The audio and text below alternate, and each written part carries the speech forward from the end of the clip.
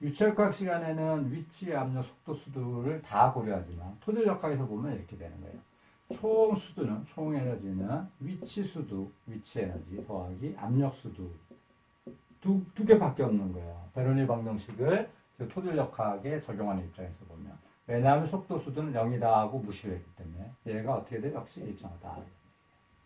그래서 지금 총 수두는 항상 일정해요. 근데 위치 수두는 기준면에서부터 높이고 압력 수두는 어떻게 되느냐? 감마 W분의 U로 간극수압을 물의 단위 중량으로 나눈 형태로 표현이 된다. 이게 지금 뭐냐면 베르누이의 지금 우리가 방정식이 되겠습니다.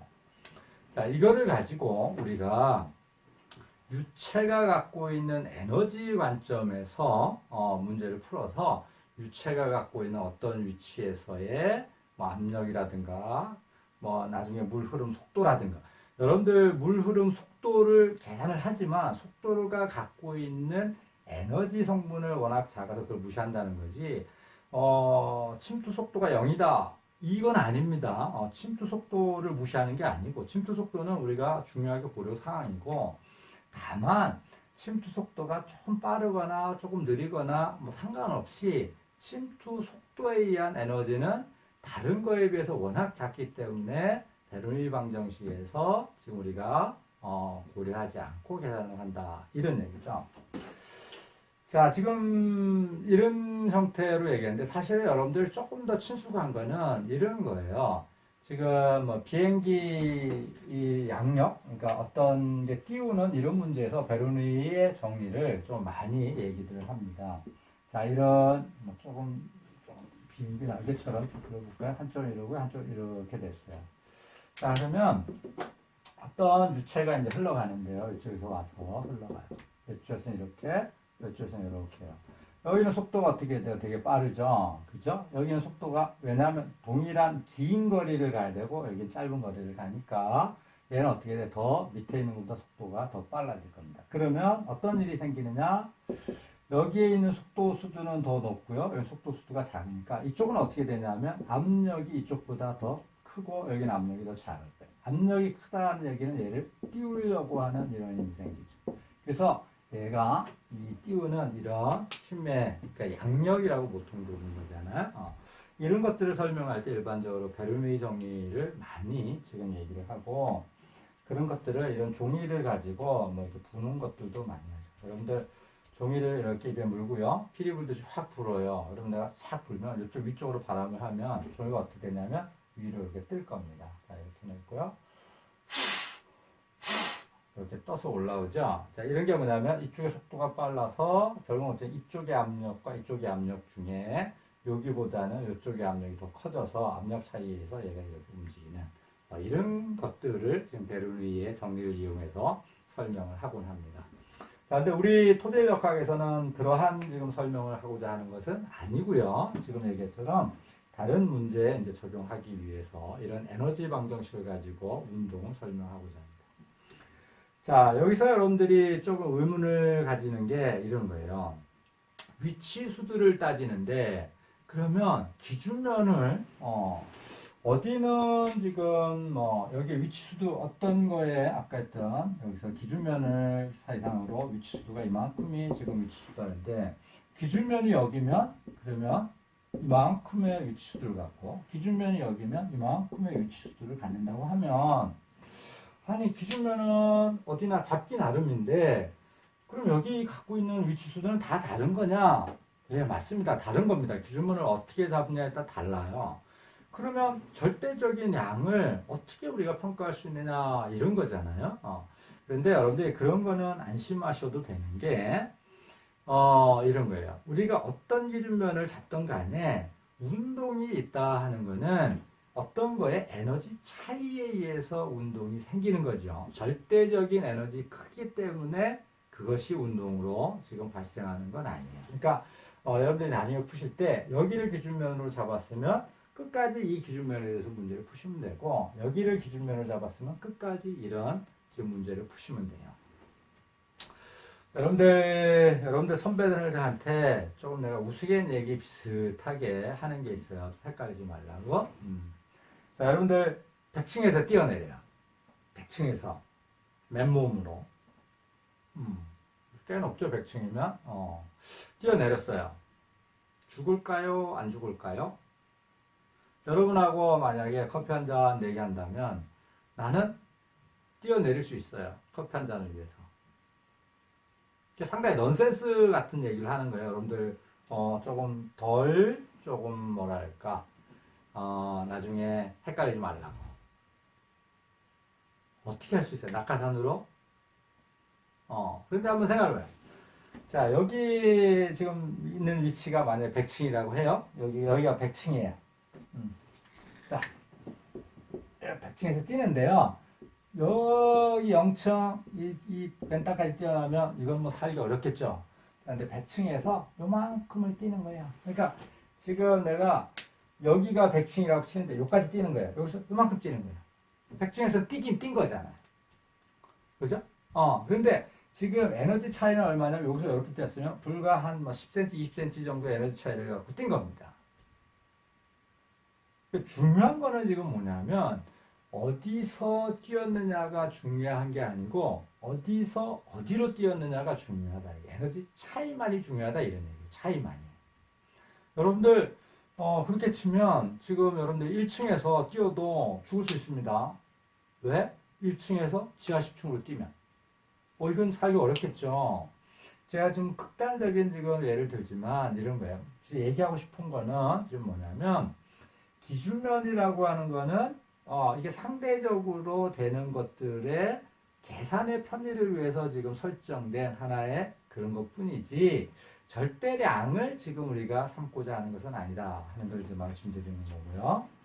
자, 또 하나 이것도 우리 생각을 해볼 수 있어요. 우리 옛 속담에 물은 높은 데서 낮은 곳으로 흐른다 하고 얘기를 하죠. 그래서 여러 가지 이거는 물리적 사실을 얘기하는 게 아니고 다른 이제 뉘앙스로 하시는 말씀들이죠, 속담에. 근데 이 지금 속담에 사실은 딴지를 걸면 걸 수도 있어요. 여러분들 제가 아파트에 사는데 지금 물이 어때요? 상수도 가는 저 바닥에 있고요.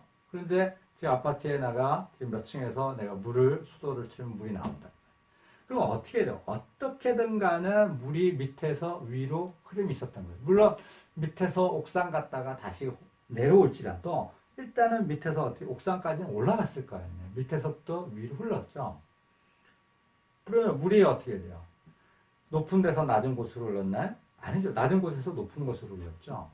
그래서 공학적으로 정말 엄밀하게 얘기를 한다면 이런 거예요. 물은, 운동은 에너지가 높은 곳에서 에너지가 낮은 곳으로 흐르는 거예요. 그러니까 단순히 에너지라고 하는 거는 위치 에너지, 위치 수도만 갖고 있는 게 아니에요. 그러니까 압력이 0이라면, 속도도 0이라면 어떻게 돼요? 위치 에너지만 갖고 있으니까 위치적으로 높은 데서 위치적으로 낮은 데로 흐름이 생깁니다. 자, 그런데 지금 저기 지상에서의 위치는 낮지만 상당히 큰 압력을 갖고 있으면 어떻게 돼요? 얘가 위로 쫙 올라올 수 있는 거예요. 또는 속도를 지금 소방호수 다시 속도를 커도 얘가 위로 쫙 올라올 수 있는 거죠. 그래서 위치가 높은 데서 위치가 낮은 데로 흐름이 발생한다. 이것도 여러분들 한번 기억해 두시기 바랍니다. 자, 오늘 강의가 어쨌든 전반적으로 길어지는데 지금 다 목표한 데까지 3가지 방정식을 다 할 수 있을지 지금 주어진 시간 안에 어쨌든 해보도록 합시다. 자, 두 번째에서 흙 속의 물의 흐름을 따지는데 두 번째 이론적인 백그라운드가 되는 거는 지금 연속 방정식이라고 부르는 겁니다. 그래서 이것도 역시 여러분들 유체역학 시간에 배우셨을 거예요. 어떤 지금 단면을 통해 흘러가는 물의 양, 이게 단위 시간당 물의 양에서 보통 우리가 지금 스몰 q로 쓰고요. q는 a의 요거의 단면적에 이쪽이 흘러 들어가는 속도의 지금 곱으로 지금 표현이 되고요. 그래서 들어가는 물의 양 쪽에 qin, 그러니까 이쪽에 들어가는 물의 단위 시간당 들어가는 물과 이쪽에 나오는 단위 시간당 물의 양 Q 아웃하고요. 이쪽에 들어가는 Q 인하고는 결국은 같다 이 얘기를 하는 게 지금 뭐냐면 연속 방정식이고요. 이게 쓰여지기를 들어가는 물량 A1, V1은 저쪽에 나오는 물량 A2, V2랑 같다 뭐 이런 식으로 쓰는 게 우리 연속 방정식이라고 지금 얘기하는 것입니다. 자, 근데 연속 방정식은 조금 더 뭐 약간 더 깊게 살펴본다면 이거는 질량 보존의 법칙입니다. 이게 뭐냐면 우리가 이쪽에서 있는 질량과 이쪽에서 있는 질량은 항상 같죠. 질량 보존 법칙은 뭐 때에 따라서 질량의 일부분은 에너지화가 되고 에너지가 질량이 되고 뭐 이런 아인슈타인 우리가 뭐 이해하기 힘든 뭐 이런 얘기도 했지만 뭐 통상적으로 우리가 따지는 범위 안에서 뭐 보편적인 어떤 법칙으로 받아들여지고 있죠. 질량 보존 법칙이. 그래서 지금 질량 법칙을 묻자면 이쪽에 있는 질량과 Q 뭐 아웃과 요 Q M 매스인이 어쨌든 같다 이런 얘기예요. 델타가. 왜냐하면 이쪽이 그대로 지금 있다면 뭐 이런 조건. 결국 AV 한 게 지금 단위 시간당 침투량 이렇게 됐잖아요. 그죠? 그럼 예를 써볼까? A에 V는 어떻게 돼요? 속도 델타 T분의 델타 X라고 할까요? 간 거리 쓰면 델타 T분의 A에 어떻게 돼요? 델타 X 얘는 뭐예요? 면적 곱하기 거리 하니까 어떻게 부피죠? 델타 T분의 델타 V 이렇게 쓸 수 있네. 볼륨입니다. 그러니까 단위 시간당 물이 흘러간 볼륨이 어떻게 돼 있나 이런 얘기예요. 자, 여기다가 Q 인풋에다가요, 완에다가 로 이렇게 붙여볼까요? 이거는 지금 밀도를 곱한 거예요. 여기다가 로 밀도 곱하면 V 곱하기 밀도하면 어떻게 돼요? 질량됩니다.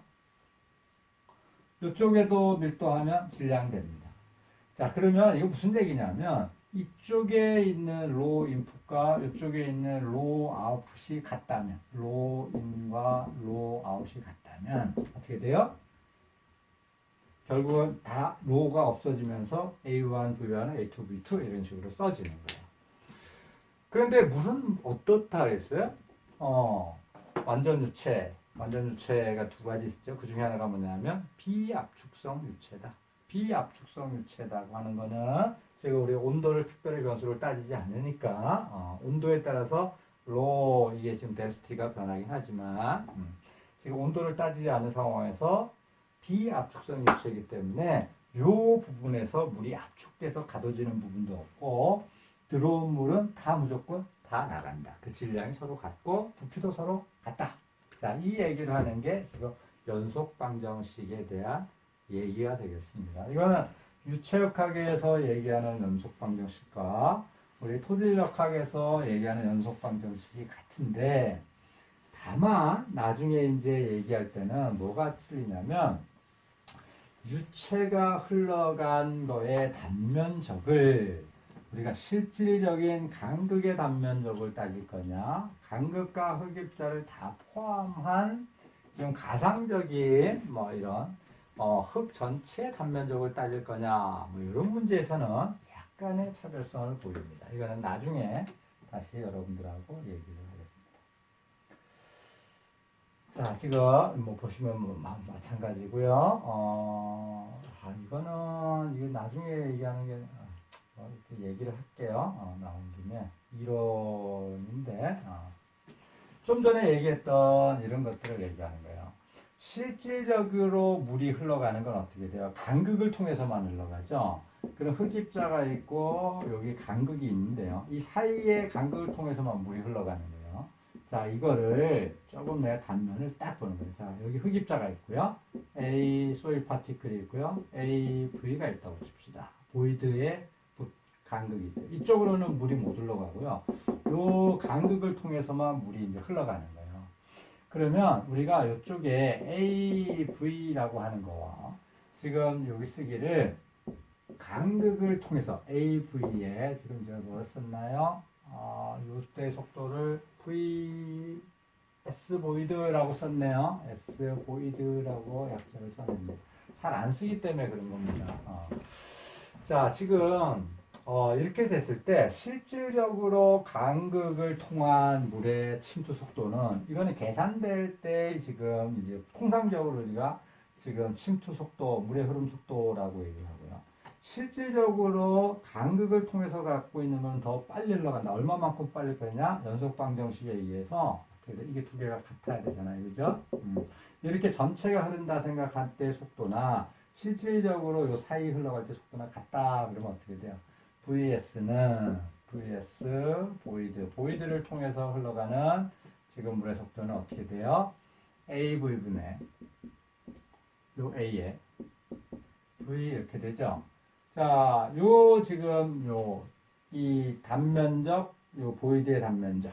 여러분들 간극률이란 거 하는 게 어떻게 썼어요? 전체 부피분의 V 이렇게 썼죠. 흑의 삼삼관계에서요. 이거 여러분들 기억을 한번 상기해 보시고요. 자, 그래서 간극률의 역수네요, 지금. A에 요건 부피고 요건 A지만 단위 길이 곱하기 단위 길이 해버리면 결국은 부피니까. 역수예요. 는 간극률분의 V 이렇다는 거예요.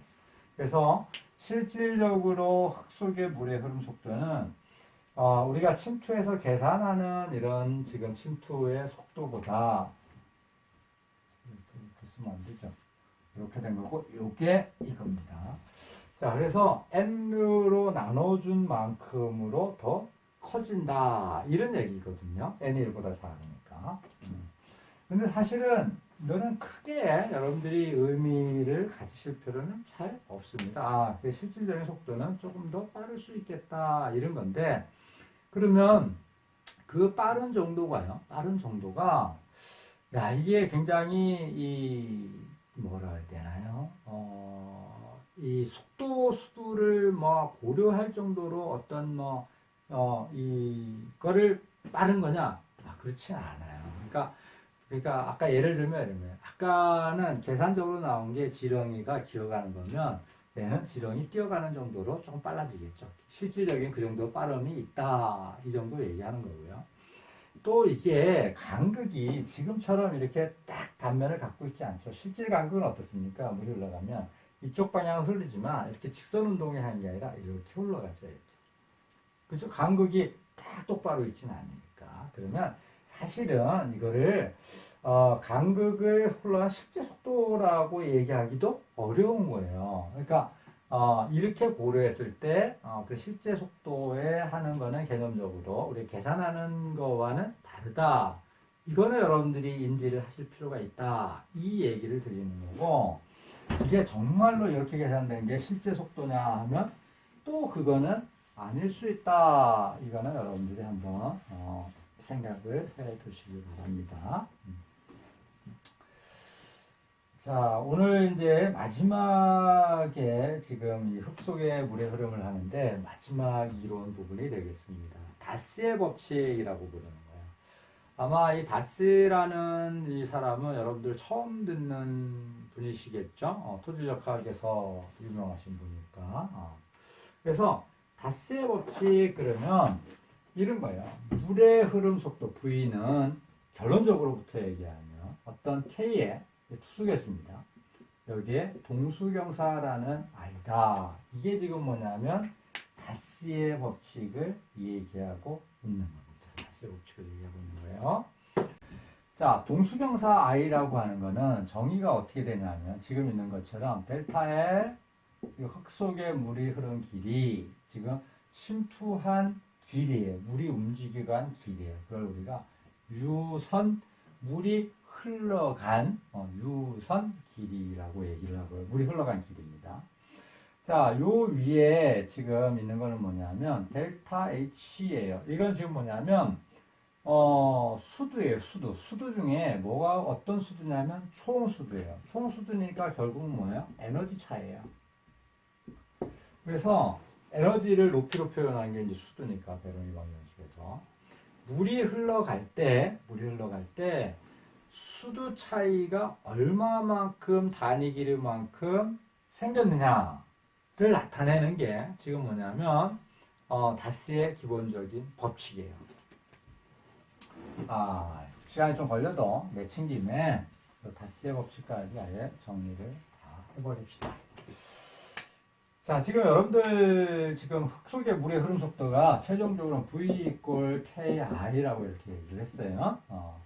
자, 부산 사람들이 지금 운동을 하는데 보면 이런 것 같아요. 우리 얼음도 안 얼고 눈도 잘 뭐 안 내려갔고, 부산 출신들이 보면 대체적으로 이 미끄러지는 운동, 뭐 썰매, 스케이트, 스키 이런 데 굉장히 좀 취약한 것 같아요. 여러분들은 이제 뭐 어려서부터 뭐 스키도 타러 다니고 뭐 좀 그런데 제 나이 또래 보면 이렇게 좀 따뜻한 동네 사는 친구들이 눈에 미끄러질 일이 없어서 처음 할 때 스키를 굉장히 취약한 것 같긴 한데 스키를 예를 들면서 지금 다스의 법칙을 한번 얘기해 보도록 합시다. 자, 여러분들 스키에 이런 걸 우리 슬롭이라 그러죠? 우리 치면 사면입니다. 사라면. 스키 슬롭이에요. 스키 슬롭이 이렇게 있는데요. 이게 고급자 상급 코스 가면 굉장히 가파르고요. 하급자, 초급자 가면 굉장히 완만해요. 그죠? 완만하게 되는 건 뭐냐면 스키를 이렇게 타고 가면 여기 있는 속도가 빨리 내면 위험하니까 이거 완만하게 만든 거고요. 자, 이런 급경사에서 타게 되면 스키의 속도가 굉장히 이제 빨라져서 굉장히 뭐 이 굉장한 테크닉을 갖고 있지 않으면 굉장히 위험한 이런 상황이 되죠. 자, 그러면 봐봐요. 이 경사도가 급하면 어떻게 돼요? 속도는 빨라지고요. 경사도가 완만하면 어떻게 됩니까? 속도는 느려지죠. 이게 뭐 경험적으로 뭐 이런 거예요. 자, 그러면 볼까요? 자, 여기에 있는 거에 지금 어떤 길이, 요 L이라 할까, L과 요거의 높이차, 이 높이차, H, 델타 H, 뭐 이거마다 틀릴 거예요. 경사도. 그러면 각도라고 할까요? 세타, 뭐 알파, 베타, 뭐 이렇게 치면, 자, 각도가 어떻게 되냐면, 점점 높아지면 어떻게 돼요? 이 속도가 굉장히 빨리 날 겁니다. 그죠? 자, 물도 흐름도 마찬가지예요. 그래서 에너지 차이가 두 위치의 에너지 차이가 지금 굉장히 크면 에너지 차이가 크면 물은 흙 속의 물의 침투 속도는 굉장히 빨라질 거다 이런 얘기. 그런데 지금 봐봐요. 여기 있는 경사도를 가지고 내려오는데 얘가 요면을 따서 그대로 이렇게 내려오면 되는데 슬롭이 이렇게 생겼으면 이렇게 내려오지 않고 이렇게 내려오면 어떻게 될까요? 슬롭을 쫓아서 스피드가 이렇게 직활강하는 것보다는 이렇게 오면 속도가 많이 안 붙죠. 그죠? 좀 느려집니다. 그러면 지금 보면 이쪽에 델타 H만큼을 내려오는데 이렇게 내려올 때는 이게 L이고요. 델타 L이고요. 이렇게 내려올 때는 어떻게 돼요? 이 전체 길이가 델타 L이 되는 거예요. 그러면 지금 여기서부터 여기까지 오는데 이렇게 직활강을 할 때는 지금 델타 L분의 델타 H와 이렇게 삥삥삥삥삥삥 슬롭을 둘러서 내려올 때 델타 L분의 델타 H를 얘기를 할 때 지금 직항강을 하거나 내려올 때 델타 H는 서로 같다고 할지라도 에너지 차이는 같다 할지라도 지금 짧은 거리를 가지고 내려온 얘가 작을 때와 이 델타 L이 삥 둘러서 클 때 속도 차이를 보이게 되잖아요. 그러니까 이 똑같은 에너지를 소모하면서 내려오는데 에너지 소모를 굉장히 긴 길이 동안 내려오게 되면 어떻게 돼요? 속도가 줄겠죠. 속도가 줄 겁니다. 자, 그래서 지금 우리가 동수경사 I라고 하는 거는 기본적인 정의는 어떻게 되냐면 유선의 길이, 물이 흘러간 길이와 수도 에너지 차이예요. 수도 중에 얘는 뭐냐면 위치 수도나 압력 수도만을 얘기하는 게 아니고 토탈 헤드입니다. 총 수도 차이, 전체 에너지 차이가 두 위치에 물이 흘러온 길이 사이에 얼마만큼 지금 생겼느냐 하는 게 지금 뭐냐면 동수경사 I라고 씁니다. 그래서 우리가 하이드롤릭 그레디언트라고 부르는 거예요. 굉장히 중요한 겁니다. 지금 이 흙 속에 침투 흐름을 하면서 동수경사 굉장히 여러분들이 이제 많이 듣게 될 거예요. 일단은 정리를 이렇게 했고요. 자, 스키를 타고 이렇게 내려오는데요. 자, 이게 스키장이 뭐 인공설이냐 자연설이냐에 따라서 뭐 거까지는 아니래도 스키장이 이게 눈이 아니고요. 거의 얼음바닥이면은 굉장히 뭐 속도가 엄청 나겠죠. 너무 미끄러우니까. 그런데 스키장 관리를 안 해서 여기에 얼음에 눈에 막 이물질이 막 섞여서 지푸라기도 섞이고 막 했어요. 흙바닥도 막 드러나고. 그러면 요 똑같은 슬롭을 내려올 때도 이 바닥의 상태, 이 바닥의 상태 결국은 뭐냐면 요 사이에 마찰, 흐름을 방해하는 것, 속도를 내는데 방해하는 요소, 이런 게 크면 어떻게 돼요? 속도가 줄어들 거예요. 그죠? 잘 속도를 이제 못 내게 될 거고요. 여기가 아주 미끄러우면, 그러니까 에너지 소모를 거의 하는 게 없으면 어떻게 되냐면 굉장히 어떻게 돼요? 빠른 속도로 내려올 겁니다. 똑같은 슬로프일 때, 그러니까 동수경사가 같을 때도 지금 어떻게 돼요? 이 에너지를 잡아먹는 정도에 따라서 흐름의 속도는 바뀌는데 이 표현이 지금 뭐냐면 여기 있는 투수계수라고 부르는 거예요. 이 K를 투수계수입니다. 그래서 지금 스키로 얘기하면 스키의 슬롭 정도를 얘기하는 게 지금 뭐냐면 동수경사고요. 에너지의 급변하는 정도고요. 이 슬롭의 바닥 상태 또는 스키 바닥과 뭐 이거의 정도 상태, 결국은 에너지를 먹는 이런 에너지를 소모하는 이런 정도, 운동에 저항하는 정도, 이거를 얘기하는 게 지금 뭐냐면 투수계수고요. 그러면 여러분들 한번 생각을 해보세요. 자갈 이런 데 물이 흐르는 거 하고요. 점토 이런 데 물이 흐르는 걸 하면 물론 동수경사가 같다는 조건 하에서요. 똑같은 경사도를 가졌는데 자갈에 흐를 때와 점토에 흐를 때는 누가 빨리 흐르냐면 자갈 쪽이 물이 샥 잘 빠져요. 점토는 빠른 속도로 못 빠지고. 자갈은 간극이 어떻습니까? 굉장히 크죠.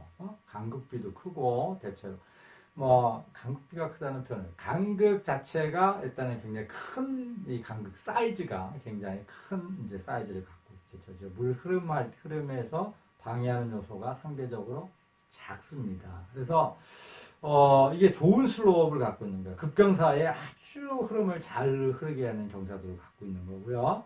점토 같은 경우는 흐름을 방해하는 요소가 굉장히 낮은 거예요. 그러니까 스키 슬로프로 따지면 아주 불량한 이런 스키 슬로프예요. 그래서 그게 이제 투수계수로 표현되는 거고요. 그리고 자갈 같은 경우는 투수계수가 굉장히 크고요. 점토 같은 경우는 투수계수가 상당히 작습니다. 그 영향을 지금 우리가 표현된 게 다시의 법칙이라고 부르는 거예요. 그래서 V equal KI, 여기 I는 지금 동수경사고 다시 확대했습니다면 K의 I는 어떻게 돼? 델타 L분의 델타 H다 이렇게 쓰여지는 거예요. 이게 다시의 법칙이라고 이제 부르는 겁니다.